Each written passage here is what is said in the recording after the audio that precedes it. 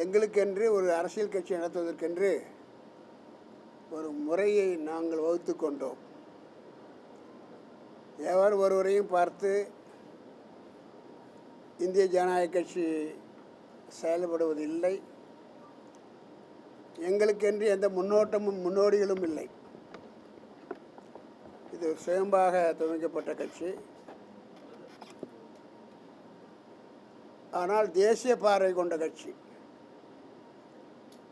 தேசியமும் வளர வேண்டும், இந்தியாவும் நன்றாக இருக்க வேண்டும், தமிழ்நாடும் நன்றாக இருக்க வேண்டும் என்ற அடிப்படையில் இந்த கட்சி துவங்கப்பட்டது. அதே நிலையில் இப்பொழுது இருந்து கொண்டிருக்கிறது. இந்த கொள்கை அடிப்படையில் தான் நாங்கள் தொடர்ந்து ஒரு தேசிய கட்சியுடன் முன்னுரிமை கொண்டு இன்றைக்கு பாரதிய ஜனதா கட்சியோடு தொடர்ந்து நாங்கள் தோழமையில் இருக்கிறோம். வருகிற 2026 தேர்தலிலும் இவர்களோடு தான் இருக்க நாங்கள் விருப்பப்படுகிறோம்.